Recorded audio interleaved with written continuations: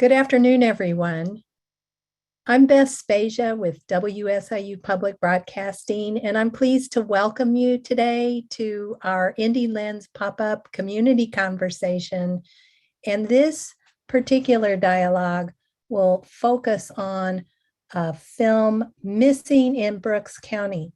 Whether you've seen the film yet or not, you might consider these questions as we're talking today and when you have an opportunity to watch the show. The first question is about your perception of migrant people. After seeing this documentary, how did your perceptions about migrants change, if they did? And then it's important to note that the film shows a vast area of Texas in privately owned ranch land. And I want you to put yourself in the shoes of someone who's a property owner along the border. And if migrants were passing through your land, what would you do? So just keep those questions in mind as we begin to talk about missing in Brooks County and some of the local issues that are impacting migrants and their families and our communities locally.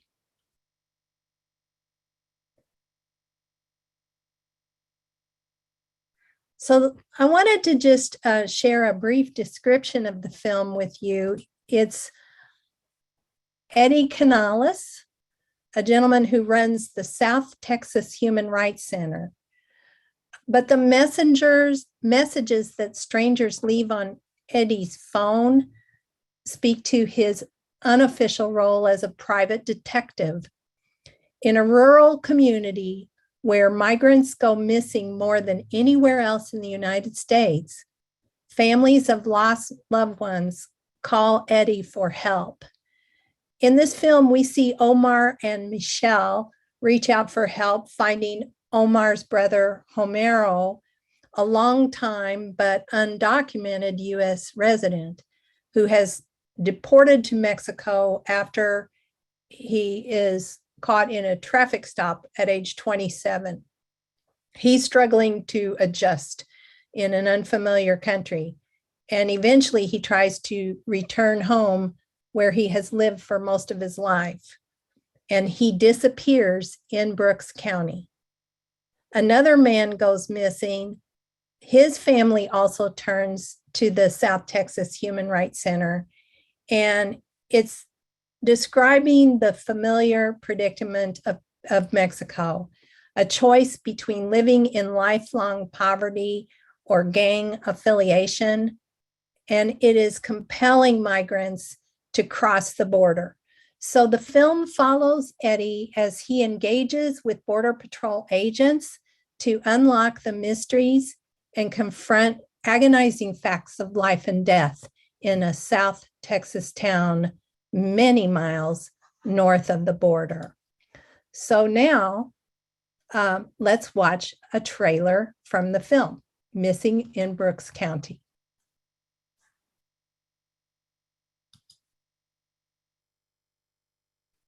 We realized there was a big problem along the border, and I don't think anybody realized just how big it was. When people cross, they have to walk around the checkpoint, and this is where people die. An illegal alien crosser is an illegal alien crosser. I'm very worried because my cousin Juan has been missing for 3 days. This is Eddie Canales of the South Texas Human Rights Center. I located a body.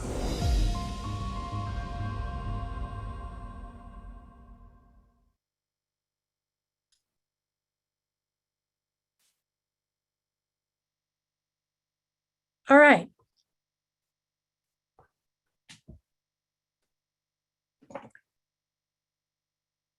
All right. I hope you'll tune in to the broadcast of Missing in Brooks County nationwide on January 31st, Monday night at 9 o'clock. You can also stream it on PBS, and there are other options to watch the film. I'd like to just mention that my in my viewing of the film, I was most personally touched by the manner in which the team of law enforcement approached the victims. These are people who have died. And I was struck by the sensitivity with which the people who recovered the bodies they just exhibited sensitivity and respect along with grief and shock. And we do see, dead bodies in this film. So it's pretty gritty, but it brings a lot of the reality home. Something else I learned about this film was related to forensic anthropology and a group of graduate students who are helping families to connect the remains with the migrant people who have lost their loved ones. So it's really kind of an additional learning opportunity that I went through when I watched the film. So I highly recommend the broadcast. It is a extended version. It will last about an hour and a half. That's Monday, July 31st. I'll repeat that for you here. And you can see that it's streaming right up until March 1st. And you can also visit the WSIU website for a summary and additional information about all of the Indie Lens pop-up films that we will feature this season. Okay, now we would like to turn to our guests today. We have three special guests, and we're going to begin with Becca. Becca Tally has been with the Southern Illinois Immigrant Rights Project since 2017. She's met many people and families who have been affected by immigration detention following their work to volunteer and also with the Carbondale Interfaith Council and the Interfaith Community for Detained Immigrants. Becca is known in our region for her tireless efforts to work with immigration rights, and we are delighted that she has agreed to talk with us today. So I'd like to present Becca now, and she's going to share a few comments with us, and then we'll go on and greet the other two guests that we have.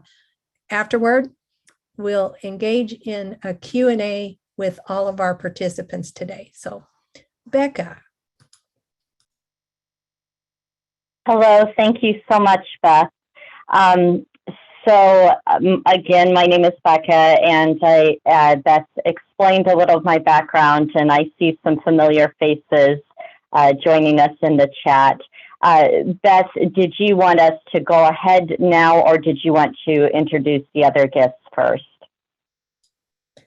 Well, why don't we just go ahead and introduce all the guests, and that way you can each speak in turn.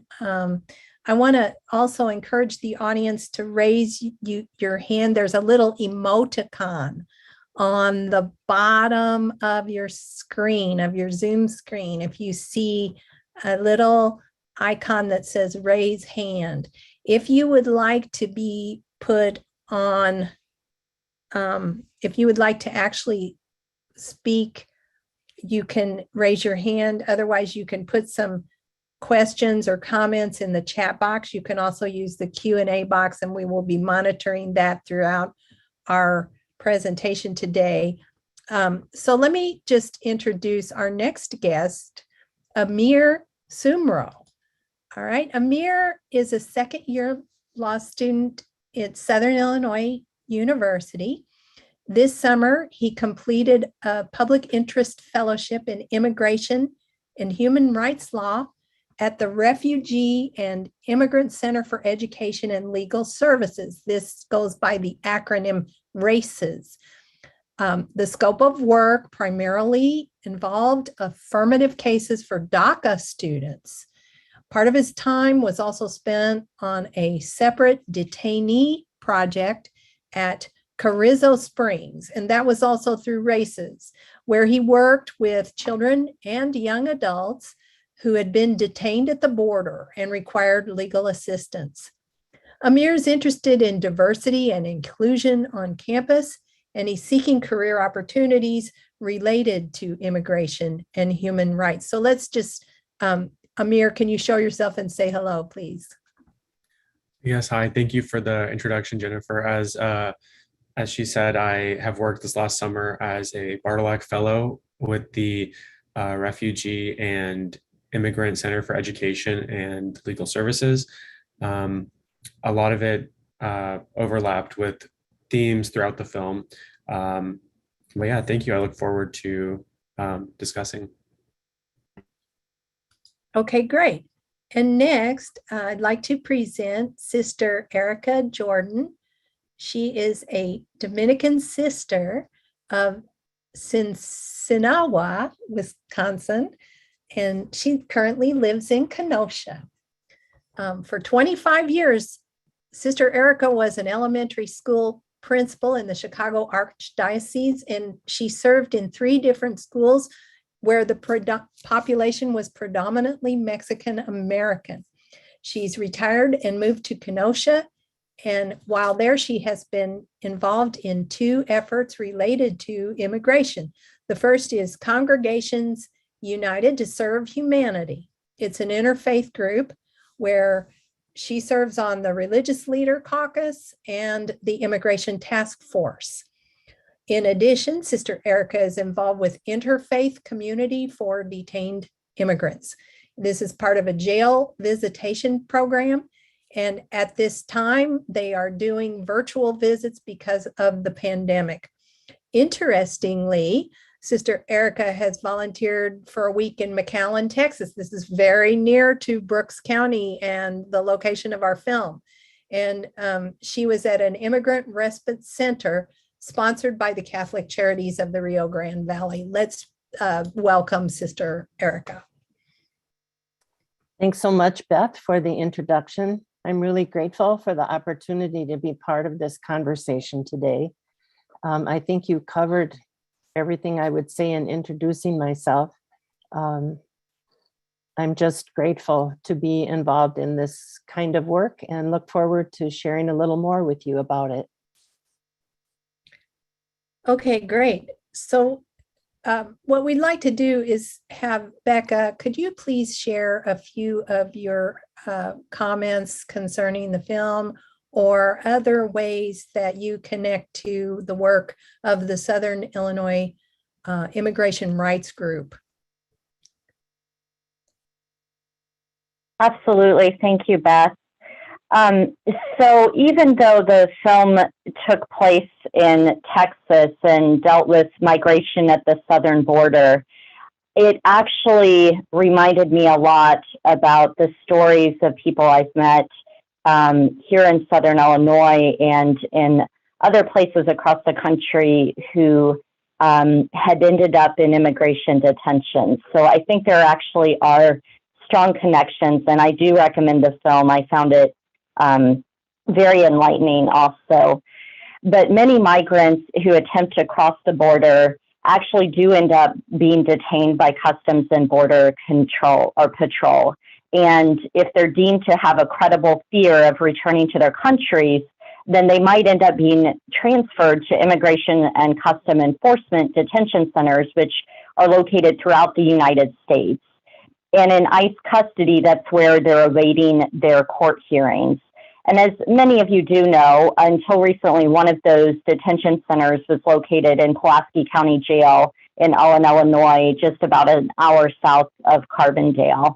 And one man wrote to us about his experience there. He said, while I was out at the recreational yard earlier today, and I watched some eagles flying over and around the center, I often wonder if the birds that fly everywhere actually know that there is no better feeling than just being free and flying from place to place with no worry. I can't express the sorrow that human beings have to endure by having that feeling taken away. What I'm trying to say is I don't wish for anyone to be locked away from their families, their friends, their loved ones. The worst part of all of this is the unknown. And that's something many people have echoed, is you may be detained for an uncertain time with an uncertain outcome. And I've reflected on his words many times. And I always think about the birds he was watching that day. Like them, migration is really a part of human nature. It's a part of human history. And the restrictions that are placed on human migration are man-made. What I mean by that is our current immigration laws and policies, they're not inevitable. They're not sacrosanct. They're certainly not unchangeable. So when someone is trying to meet their basic human needs for safety, to provide for themselves, to provide for their family, then any laws or policies that prevent them from doing so, I believe those are morally questionable, and that people of conscience have a responsibility to work to change them. And that definitely applies to many of the policies we see in our current immigration system, because not only do people migrate or immigrate to the United States to seek opportunities and, share their talents that spur innovation and enrich our communities, but a lot of people are pushed to leave their countries. And so this summer, several asylum seekers from Central America actually were detained at Pulaski County after crossing the border. And from them and from their friends since then, I've learned just a little bit about their experiences, and I hope that I can faithfully share a little bit of what they've shared with me. Many of them are young. They're 18, 19, 20 something, maybe 30 something occasionally. And they've told me they came because there's no work in their country. They feared repression from an authoritarian government. The fathers say, I can't feed my family. I know, like we saw in the film, the journey can be very long. It can be very dangerous. One young man and his friend were beaten and robbed on the journey and went days without food before they finally did make it to the United States. And just like you saw in the film, I have seen that it is very difficult, oftentimes almost impossible for families sometimes to learn what's happening with their loved ones. One woman contacted me and told me she hadn't heard from her husband for several days, since the last phone call she received was while he was waiting in line, waiting to be processed by Border Patrol after crossing the border, since he was trying to, make contact to seek asylum. She was understandably really, really worried. And we thought he was probably in detention, but we couldn't find him in the ICE locator. That happens all the time. Misspellings, names transposed. It's hard to find someone. She wasn't able to make expensive international calls to U.S. agencies, so I called the ICE hotline, and they said they could show that he had an encounter with CBP, but he wasn't in Immigration and Customs Enforcement custody. They said to call Customs and Border Patrol. I tried. I got pushed around to a bunch of numbers. No one could tell me anything. They said that there wasn't anywhere I could call that they could tell me anything about where the person was or what was going on.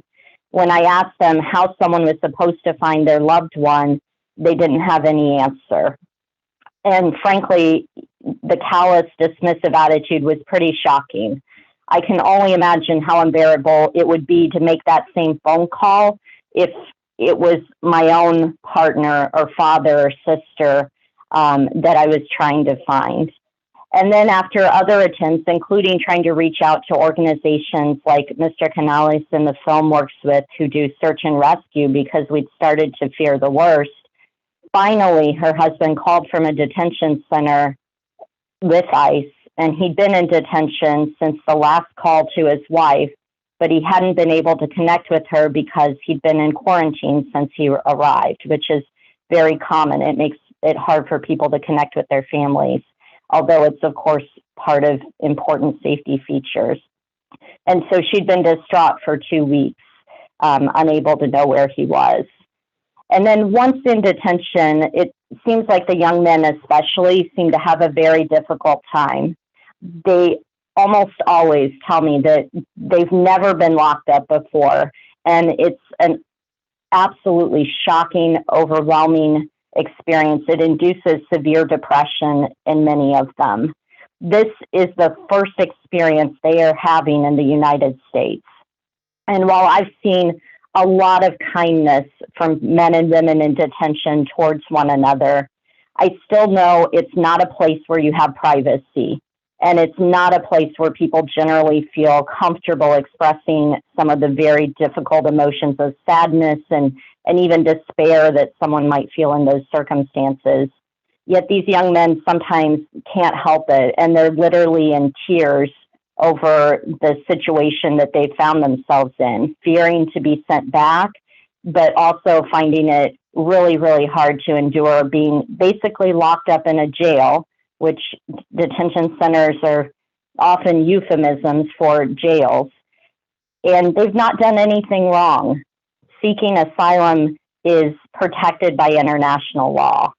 And in detention, I'm sure Sister Erica may speak to this, but they often have no access to programming, few if any books. They ask for Bibles, books to learn English, science, history. Everything is expensive. You need commissary funds to even buy something like toothpaste or soap. And speaking of that, detention can also be really dangerous, especially now in COVID. We know that right now, every detention center where I am still visiting with someone, I know there are active cases of COVID. And sometimes people ask for tests and they don't receive them. They ask for masks and they don't receive them. And if you look at the statistic, COVID cases in detention have increased 500 or more % over the first few weeks of the year because of, Omicron and just the fact that people are still in these congregate settings so close together. And a minimum stay in immigration detention, it seems to be at least a few weeks, but often a couple of months seems more likely. And I've known people who've been detained for much, much longer. And what's so hard is sometimes even after those hard months of detention, someone might be sent back. I know one young man in particular had such a hard time finding legal representation, and he was ultimately sent back even though he had fears of returning to his country because he'd been part of student protests against the government. Thankfully, I've heard from him and his family, and so far he's okay, but it makes you worry, right? Some people, after that time, they get their court hearing, and a few people are released on their own recognizance, but that seems to be pretty rare. More often, people might get a bond. And if they can pay the full amount, which is at least $1,500, it's often several thousand or more, then they can leave detention and fight their case from the community. But let's talk about how difficult that can be. First, you have to be able to call your family or lawyers or a community organization, and you need money on your account to make that phone call. Or the person who you're calling has to be willing and able to put their credit card information in to accept your call. And there's always hidden charges and fees. And if the person can't answer the second they call, they can't leave a message.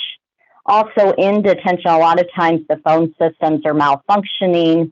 There's supposed to be a platform where they can call legal service providers, but sometimes they're not sure how it works or it doesn't work. And some people also need another requirement to be released from detention. They might need a letter from a sponsor who can give them a place to live and can cover their living expenses until they can get work authorization, which can be a process that takes at least a few months, I think even up to 6 months or more. So the sponsor can help the people also get to their court hearings. And the sponsor and the person who pays the bond, they have to be a legal permanent resident or a U.S. citizen. bond also can be difficult because you have to pay it at a particular facility, which may not be nearby. You have to use money order or cashier's check. Sometimes families have to buy bus, train, or plane tickets before the person leaves detention. So they may not even know that the airport is, an hour or 2 hours away from the detention center. And ICE, unfortunately, is really inconsistent about providing transport. Even just this week, even though they say they provide weather appropriate clothing, I know that folks scrambled to get some young men coats because they were released without any coats, any jackets, in the clothes that had been in a bag for 2 months since they first arrived. And thankfully, they did receive them. And I heard today that they made it safely to their destination. But people really need that post-release support to help them get to their destination and to find organizations to help them further with their cases. So I'd really love to let everyone know, if you're wondering, how can you do something? How can you respond? Right now, Illinois is in the process of closing their remaining detention centers over the next few weeks. And if you would like to learn more about that, Organized Communities Against Deportation's Facebook page has their petition, their call script of how you can push for people to be able to be released to their families instead of transferred. You can also make a huge impact by donating to the Midwest Immigrant Bond Fund to help people have those resources to pay bonds and get out.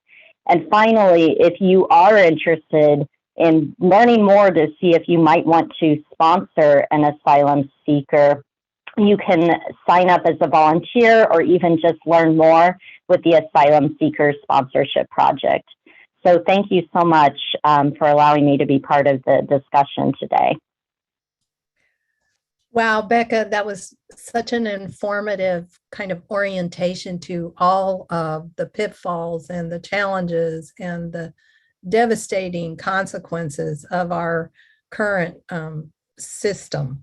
And I want to encourage you to enter the Facebook page name into the chat, and other comments. Please enter those and share those with the rest of the group so we can follow up if we so choose.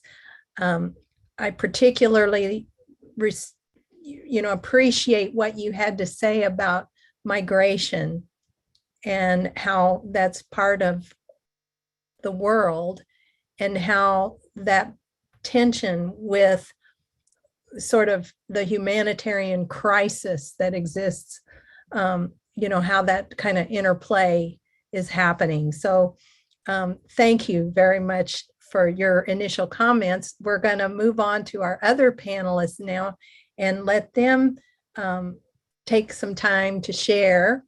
And then for our participants, if you wish to ask questions, you may keep them in the chat box, or you may raise your hand. We're going to have an open discussion in just a few minutes. But first, let's move on to Sister Erica, who will share some preliminary comments about her work.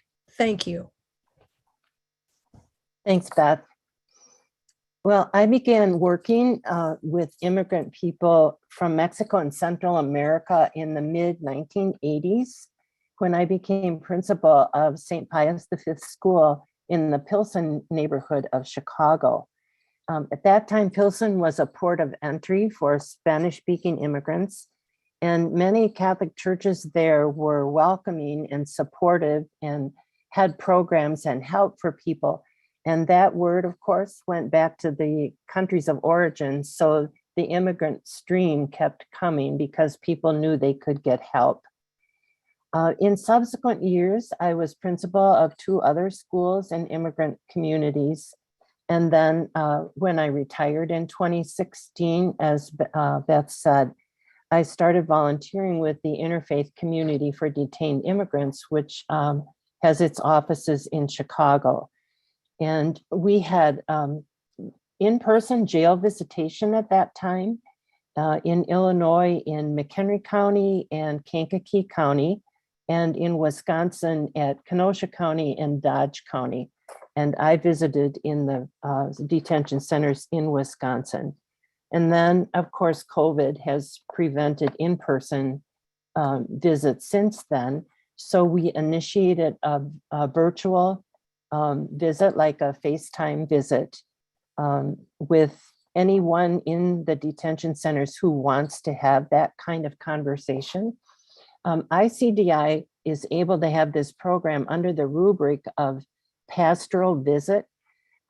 ICE is required to offer pastoral services to the detained immigrants. So this is a way of us just giving supportive presence to people, giving them an opportunity to talk with somebody on the outside. And we can offer help in terms of places to contact in order to get the kinds of help they might need.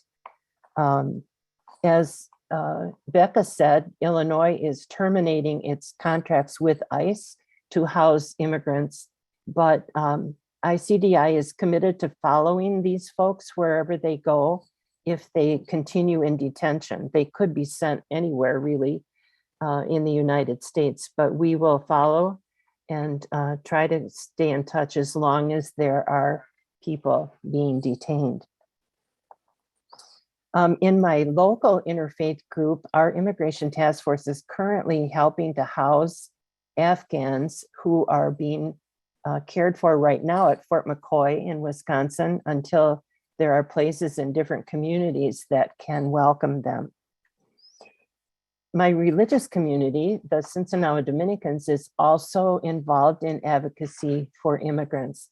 And most recent example is that we sponsored 6 different groups during last summer and fall to work at the Catholic Charities Humanitarian Respite Center in McAllen, Texas. It's across the river from Reynosa, which has one of those terrible camps where I want to say 3,000 people are waiting to have their opportunity to present their case for asylum. At that humanitarian center, we had mainly people from Guatemala, El Salvador, Nicaragua, Honduras, and they all had stories of the great hardship they had suffered in their journey from their own country to the border. They were then, the ones that we were volunteering with had been admitted by ICE to go to wherever their families were in the United States to be able to work on their asylum cases in our court system.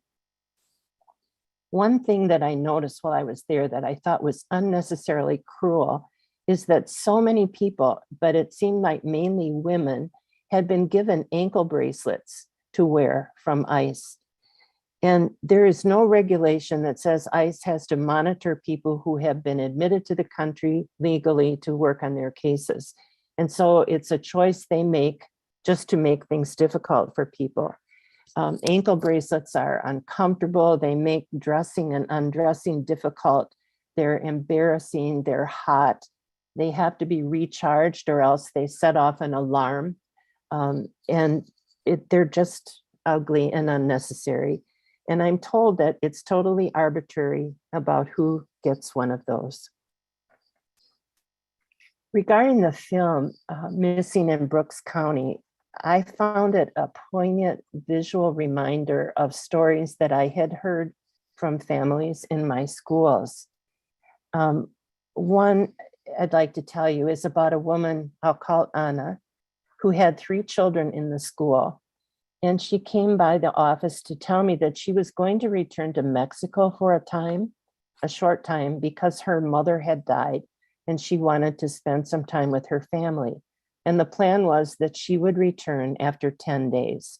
She wanted me to know because she knew the children would be worried about her. And she wanted me to be able to be an encouragement to them. The 10 days came and went. There was no word from her. She did not have a cell phone. After a month, she returned home to Chicago, and she came in to tell me what had happened.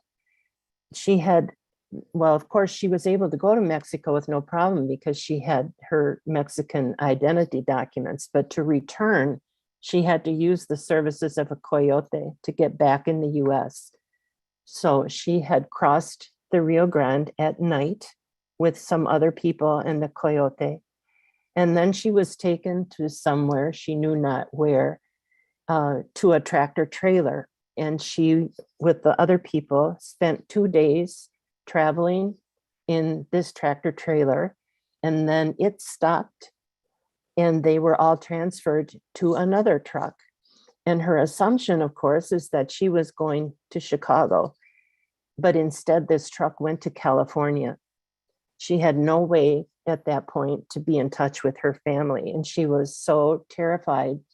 She went without food and water for long periods of time. And she really thought she might die and never see her children or her husband again.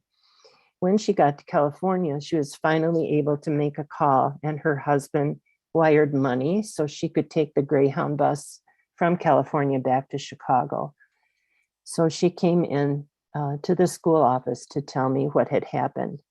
And you could tell that she was totally shaken by this experience. And I thought to myself, she will never be the same.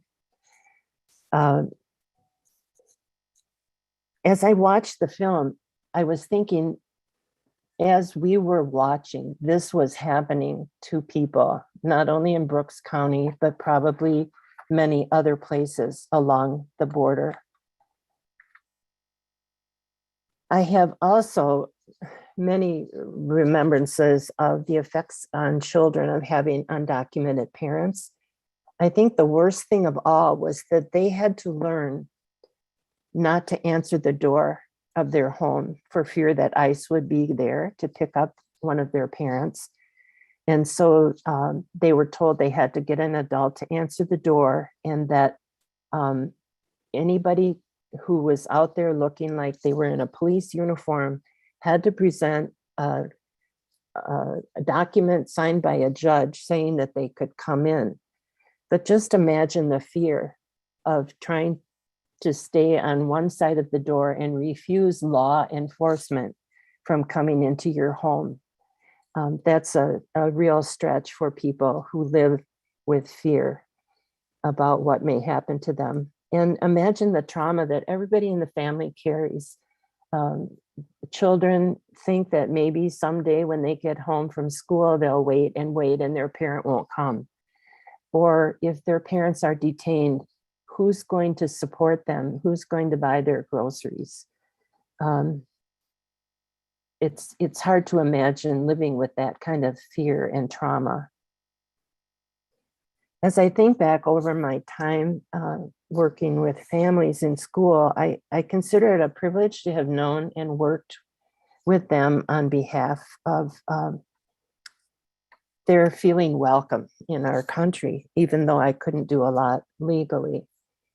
But it's important to remember that the earth belongs to everyone. And it's not right that borders can keep people from living. I choose to believe that the human family is creative enough to find ways that all people can flourish. And we need to remember that we're all one family, and that the right to life, liberty, and the pursuit of happiness is not just for people in the United States, but it should be for all people. It's really wonderful to be able to work with like-minded people to bring about this dream of justice for our immigrant brothers and sisters. Before I close my remarks, I want to recommend another film to you. It's only 13 minutes long, and it is about one of the camps on the Mexican side of the border at Matamoros. And it's told by Sister Norma Pimentel, who has worked for about 30 years on the border. She is the director of Catholic Charities for the Rio Grande Valley. I'm going to put the link to this film in the chat so you can access it. But if you somehow missed that, on YouTube, you can find a trailer for the film, and also a discussion, something like this one, by the director of the film and Sister Norma and a couple of other people. And I think you would find it very interesting. So I just want to say thank you for coming today and for your interest and commitment to justice for immigrants. Thank you. Sister Erica, I so appreciate your words. As someone who works in media and is with side by side with journalists on a daily basis, your comments remind me of our responsibility to share these stories and to help people from all walks of life to understand what's going on. It's so complicated, and there's so many little cracks that people seem to be falling through. So your work has been a lifetime of care and concern, and we're really grateful to you for that work and for all of our other guests. So now we have someone who comes at this from the legal perspective and is prepared to sort of work on policy and some of the laws. Is that correct, Amir? Can you share with us now? Sure. Thank you, Beth. I can I can discuss my experiences, although I think for the most part, I think they do overlap to an extent with both Becca and Sister Erica. So I guess I'll start with discussing some of my previous work. This last summer, I was a Joseph Bartolak Fellow with RAICES, where I primarily worked on DACA and then affirmative cases for immigrants that were already residing in the US. Again, so like college-aged, young adults, some children as well, and then some asylum cases. But the work that overlaps kind of more with the film for Brooks County was the human rights work at Carrizo Springs. Carrizo Springs is a small town just, I believe, an hour north of Laredo, Texas, which is on the southern border.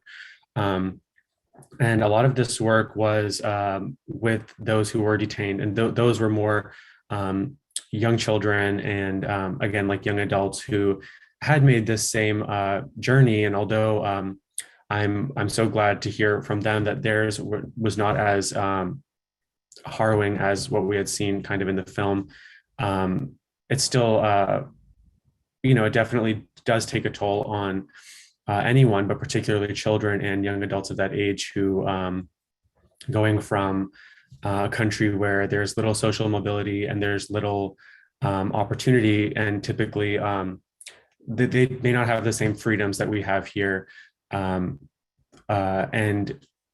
feel the need to seek asylum because they have no other options. For them to come and then be detained and kept in these facilities, it definitely takes a toll on their mental health, and also with COVID-19, the physical health. I believe Professor Cindy Buys is also on the call. I had worked with her in the on-campus immigration detainee program with the Pulaski Detention Center. And even some of those calls last semester kind of echoed that same overall theme, where the individuals who were in these facilities may not have had access to hygienic products or even masks. And last year, particularly the beginning of COVID-19, talking to some of them on the line, it was, they described it, the way they described it is, it does shake you. And even for them, it's like you coming to these facilities rather, does take a toll on their health. And so working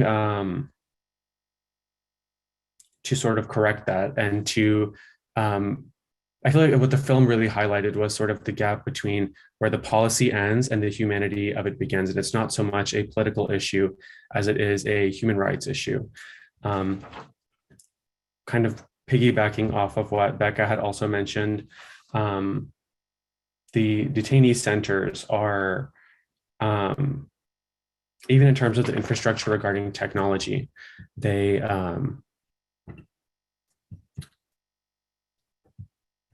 may not have access to internet, and that affects, the ability of detainees to seek assistance via Zoom, and those who, even on the phone, they may not have the best technology to even fully communicate and pass on their information to those attorneys and the individuals who can provide them with the assistance and relief that they need. So, and then going back to what Sister Erica had mentioned with the Catholic Charities, who works also, they work closely with RACIS in Central and South Texas. Again, hearing those horror stories and hearing those humanitarian issues and then seeing them reflected in the movie, we're really forced to consider the past and present legislative issues regarding disappearance and the countless migrants. And, it's an ongoing thing. Although we see a snapshot of it in the movie, it's not something that just starts and ends within that hour or so. It is something even ongoing now through COVID-19, even before then, through different presidential administrations, and even through different policies. I'll discuss a little bit of that now with the one particular policy that I had to work with this summer that, the organization kind of thought we had sort of come past, and then to see it sort of resurface this last semester in December was the the reinstatement of the migrant protection policy by the Biden administration. That policy was initially enacted by the Trump administration, and it essentially, to summarize it in short words, was a policy requiring those applying for legal immigration status and those who are seeking asylum to remain in Mexico until they were granted legal admission, versus before that was not the case. So this had gone away sort of towards the beginning and middle of the first year in the administration, and had resurfaced in December. And it's now an issue on appeal, so it's pending review. But just sort of, that's just one specific issue and one specific policy that we had worked with over the summer. But again, it impacts their ability to legally enter the country when they have such limited options in their home country.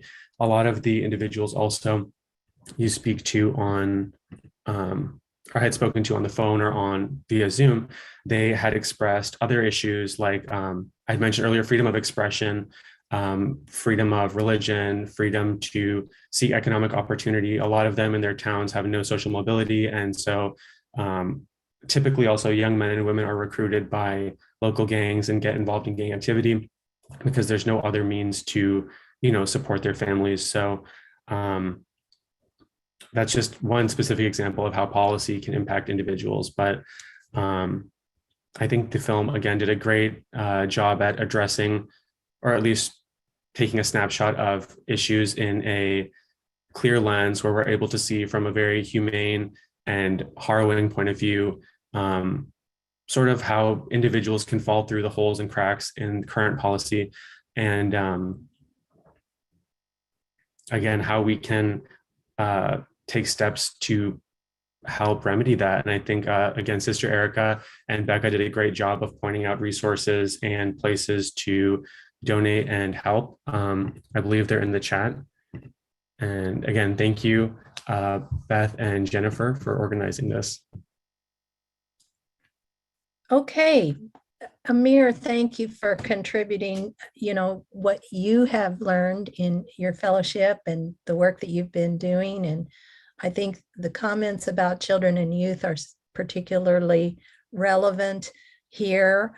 I have been interested in the United Nations Convention on the Rights of the Child, and I am hoping that at some point more people will become generally aware of the rights as defined by the rest of the world for not only adults, but children specifically, in the best interest of their development. So thanks for your comments. Now, I would like to turn things over for a Q&A session. We will be working through Q&A with our panelists and each other. And the person to help us do that is SIU student Nicole Tilburg, and I'm going to let Nicole come on now. Thank you. Hello, everybody. If you have any questions to ask any of the panelists, please click the raise hand icon at the bottom of the panel, or you can put questions in either the chat box or the Q&A box. But I can kick off everything with a question real quick. Do language barriers pose any challenges when helping migrants and their families? And this goes to anyone on the panel.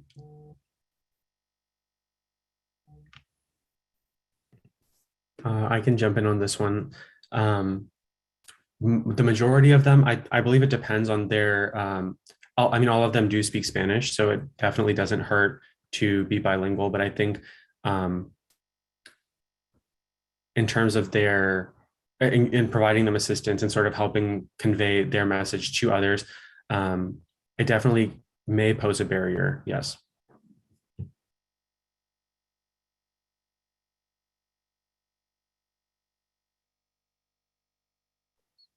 It's certainly the case in the jail visitation program. There are a few people who speak English, but most of them are Spanish speakers. So it's not possible to communicate without Spanish with them. Yeah, and something that sometimes comes up, and I'm sure Sister Erica and Amir have probably encountered too, is for some people, Spanish is not even the first language. There might be a native language that is actually their first language, or I spoke last week with someone who speaks English in a limited way, but one of the Indian dialects was actually his first language. So I think it's so important that, people are able to access legal assistance in the right way, and even, be able to advocate for themselves to get the right kind of interpreter for their court hearings. Thank you. We have another question in the chat box from Jennifer. How do you think fear and racism shape immigration policy in the U.S.?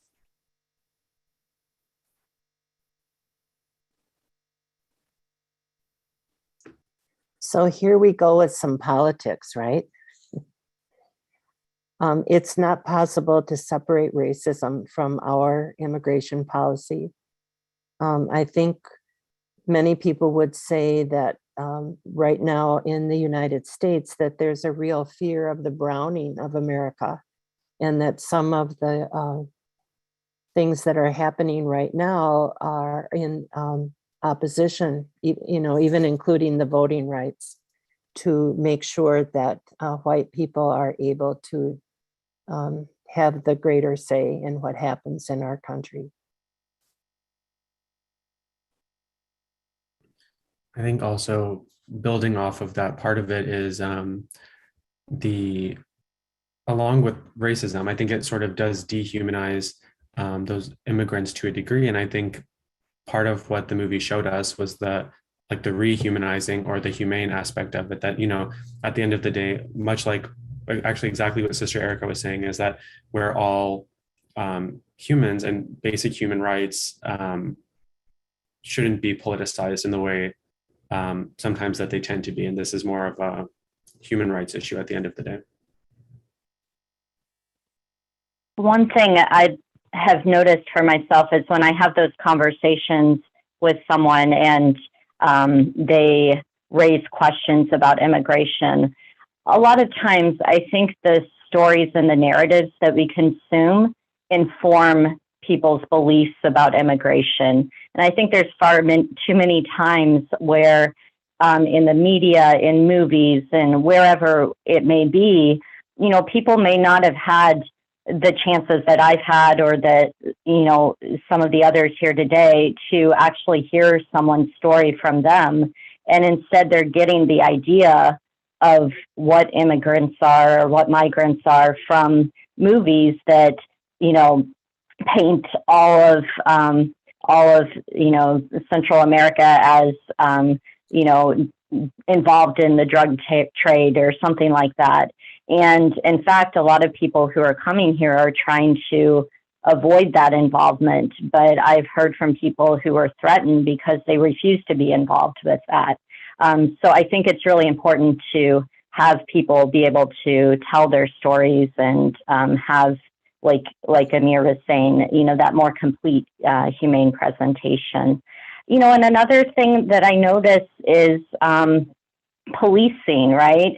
Someone who has a DUI and has certain connections or is part of a certain community may have a lot less negative consequences for that. Whereas someone who's part of a brown or Black community may be much more likely to receive a punitive response with law enforcement that can, if they also, have any issues with their immigration status, lead them on that deportation pipeline. So there's a lot of ways that it's very pertinent.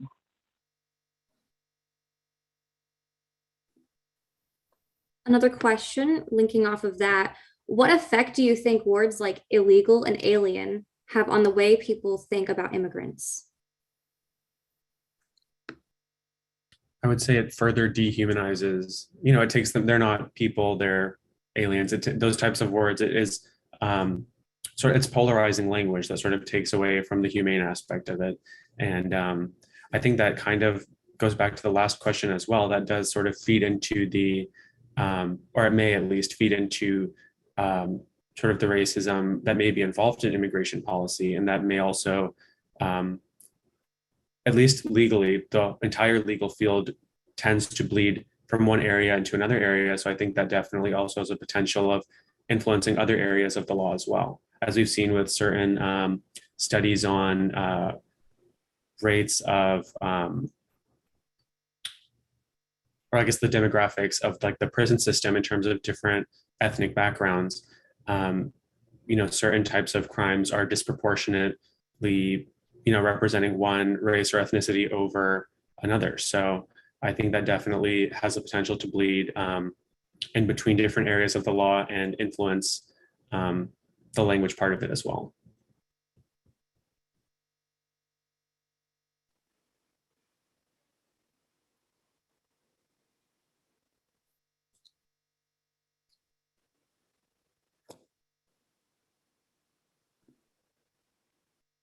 Another question we have is, what do you say to people who say immigrants are just not waiting their turn or not doing the right, coming in the right way?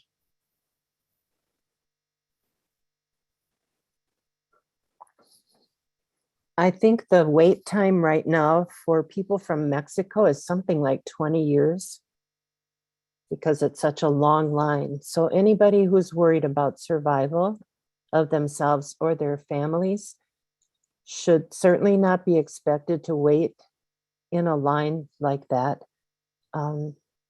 It doesn't make any sense. If people had that opportunity, they would take it, right?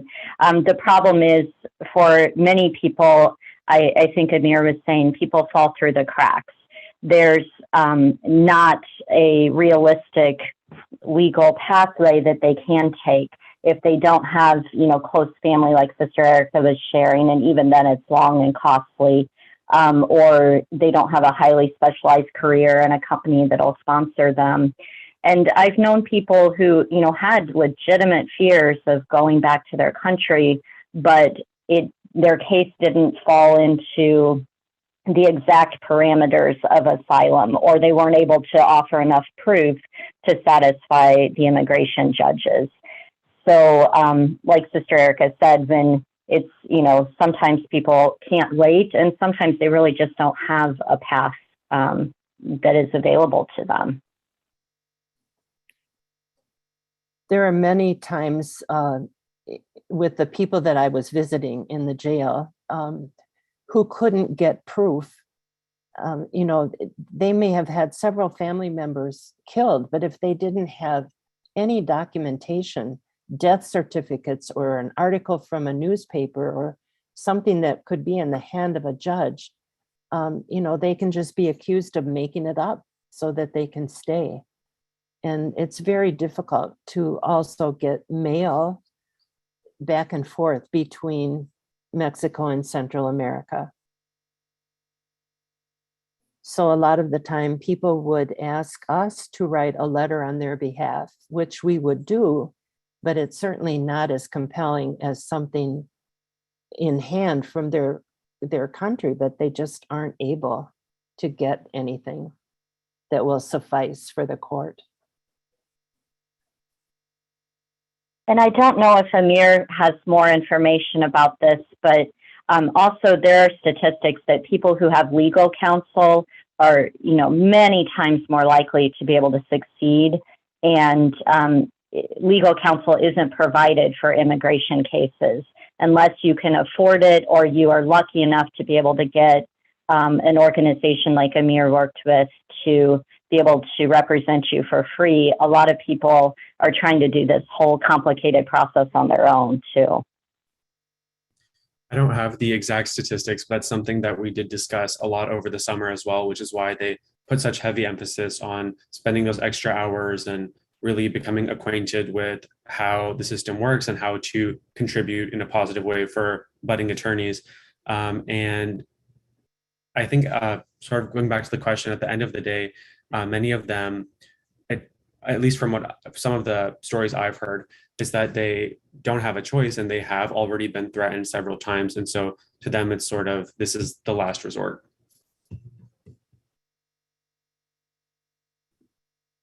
Our next question is, what are some things that people can do to help asylum seekers?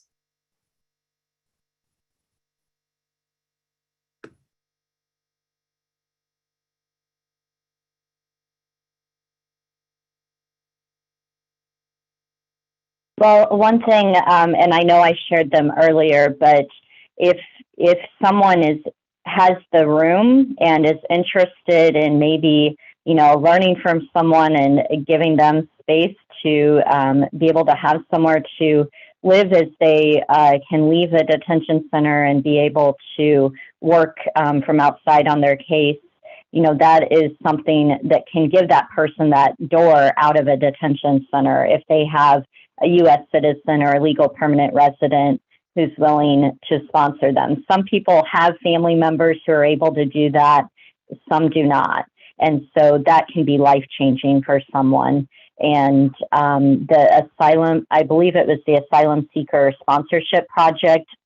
I know that they work with people who are interested to talk with them about the requirements. And then ultimately, if they decide to volunteer, to match them with someone.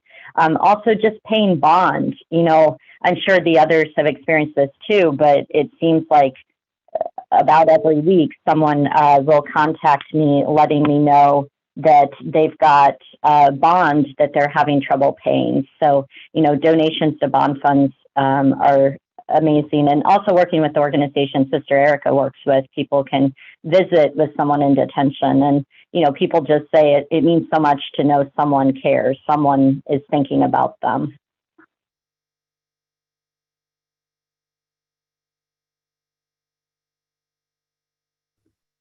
Another question we have is, do you see any problems with the Border Patrol's joint responsibilities for immigration enforcement and search and rescue? What could a better system look like?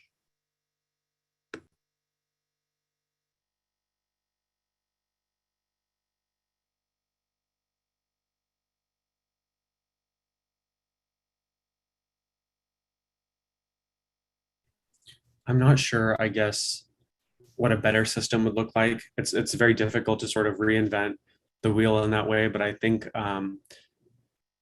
from, I guess some of the problems again would be providing like proper I guess infrastructure and resources for the detainees, proper whether it's things like hygienic products and access to a clean detention center, or more masks, or again, maybe access to more nonprofit or other organizations that can help them find legal counsel and assistance to help further their case. Definitely it's very easy to point the finger and say what they're doing wrong, but it's hard to find ways that they could improve, also given the way policy changes and the way, even state-based, how the Illinois centers are closing, so they're sending them to different facilities that could change the allocation of resources at those facilities in different states. But I think at least from a humanitarian aspect, definitely helping the individuals and providing them as many resources as they can in their capacity. I think we have to make search and rescue go away. The only reason we have people that are dying in Brooks County is that there's no other way. And, you know, there's a real cruelty too in having the Border Patrol 70 miles away from the border. They're, you know, that roadblock. So people have to go 70 miles on foot to, and then get around that. Or 70 miles, I guess they could travel in some way in a vehicle, but then have to go through the desert. Or, you know, certainly we can do better than this.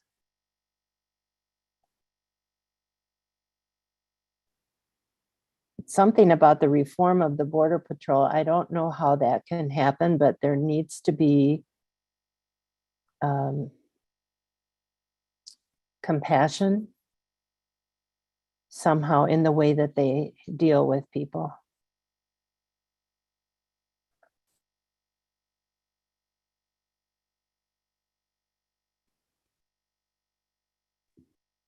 Well, and that's the key. What is their mission? Do they see themselves as primarily, you know, law enforcement, or are they there for a humanitarian mission? And, you know, we've seen even the questions about, well, if someone comes to seek asylum, I know I've heard people say, will that person show up for their court dates if, you know, if they're allowed to go and live with their family? And the reality is, yes, they do. Statistics show that if they just have some community support, and there are organizations out there that are very willing to do that, to help people know how to get to their appointments, understand the court process, it's actually less expensive than detaining people. You know, so it's both important for humanitarian reasons, but it's also the sensible, right thing to do.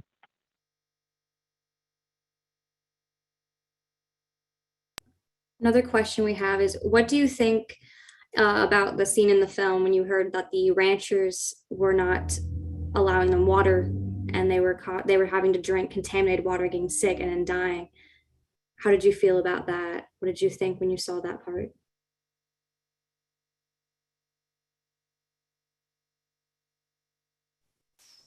It's hard for me to imagine that kind of cruelty. What would make anyone think that it was okay for people to just be deprived of what they need to stay alive? And in the case of those farmers, they weren't even being asked to provide it. They just were needing to give permission for the water to be provided on their land. And that particular person wouldn't allow that.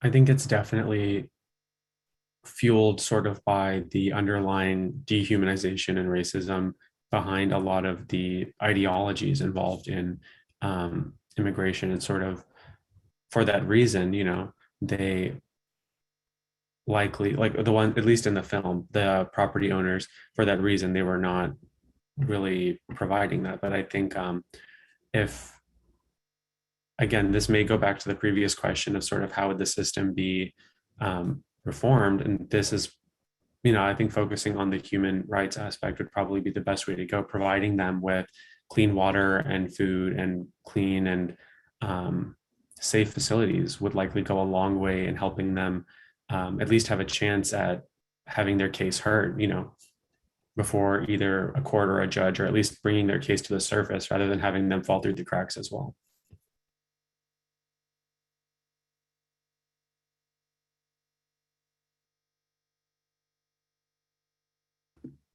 Another question we have is, Amir, you had mentioned earlier about the internet connections not always available to detainees.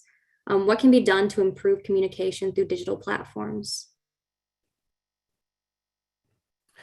And this is a specific instance I had dealt with this summer.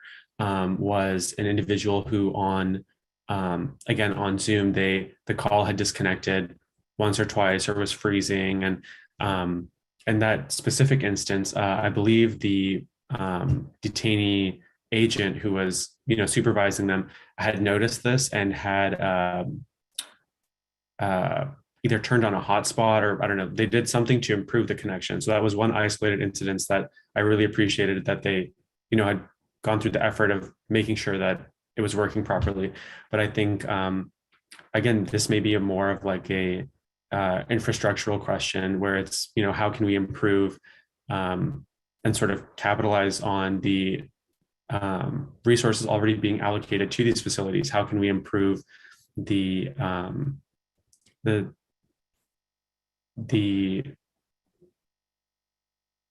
technology there? I guess the best way to do it would be having alternate methods in case, the internet is down, then maybe they have a phone line, just for this, or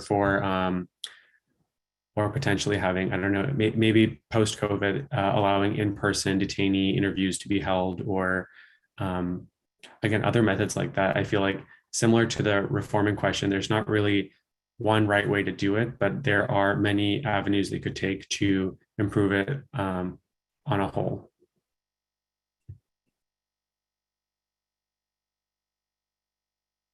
And I would just add, in general, if we aren't able to provide for needs in detention, whether it's safety from COVID, whether it's access to legal counsel, then we should be thinking seriously about why are we keeping people in detention when they truly are just seeking safety. They're truly seeking asylum. And especially when it's re-traumatizing people who've been through so much, like some of the stories we've heard today. And so that would be part of the reform question too, right? To rethink, we haven't always had the level of immigration detention we have in this country today. That's something that is relatively recent in our history, and it's not the only way to handle this. Another thing is that each facility is a little different. So in one, people could have a tablet if their family paid a monthly fee for it, and then they were permitted to have email, but they had to pay for each email transaction as well. So it's not as though if you provide internet that it's free for them. Okay, for our last question, do you think writing campaigns to legislator do any good?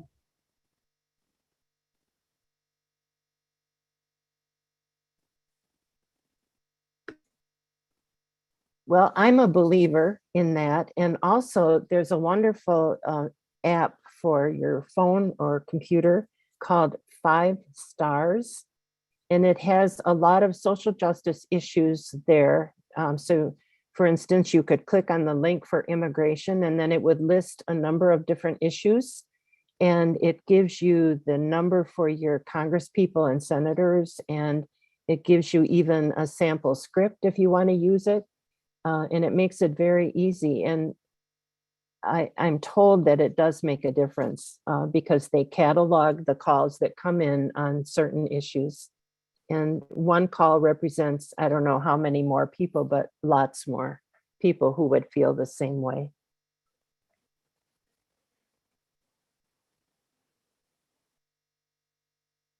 And one other thing that we've seen, the immigrant led organization, organized communities against deportations, they've been very successful at leading campaigns for people to call into ICE. And that's one of the things they're asking right now, that people advocate for releases instead of transfers.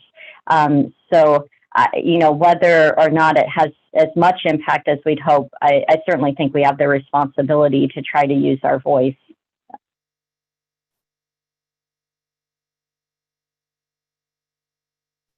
Well, thank you so much. Oh. I just want to correct what I said. The name of that app is 5 Calls, not 5 Stars, 5 Calls. Check it out. It's really good. Well, thank you so much, Sister Erica, Becca, and Amir. I'll be handing the call back over to Beth. All right. Appreciate all of you today. And I want to just wrap up our session with a few points to consider. There are additional resources at WSIU as well as on the missinginbrookscounty.com website. You can still watch the film until March 1st on a streaming platform with PBS for free. And also we will have the television broadcast nationwide on Monday evening, January 31st. So don't miss that. It will be a different version than we saw in the national screening with the filmmakers and Eddie Canales. And we'd also like to invite our participants to the remaining sessions of IndieLens pop-up for the season. We have one each month. So in February, we will be looking at the situation of incarcerated women who have children, many of them, and the dramatic increase in the women who are imprisoned in the United States and how they are making a transition from their incarceration back into their communities. And this will be a wonderful snapshot of the world of the Department of Justice and the poignant stories of these individuals who are enduring their sentences. Another film that we're going to have that directly relates to journalism is on March 20th, Writing with Fire. And women in India take on news writing for themselves because they have nowhere to go with their careers and their reporting in the existing system. So they actually reinvent the system for themselves. And finally, in April, we will be addressing the tough time that young people in high school have to get into college. So it's a stressful time for young people. And we're going to examine just what it is that's expected and what they need to do in order to make it into the college of their choice. So I hope that you'll be interested to watch those programs. They're always really rewarding and informative documentaries. And then we will have wonderful conversations about the films, and we will feature local people working in these areas. So don't forget, we have a $50 gift card. If you would like to complete the survey, you will be entered in the drawing for the card.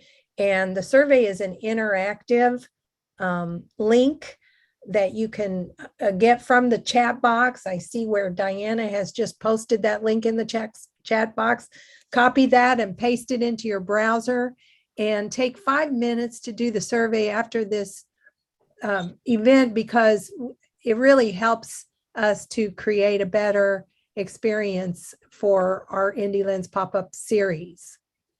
So with that, I think we have come to the end of our program. Thanks very much to all of our guests and our participants, and we look forward to seeing you again soon. Good afternoon.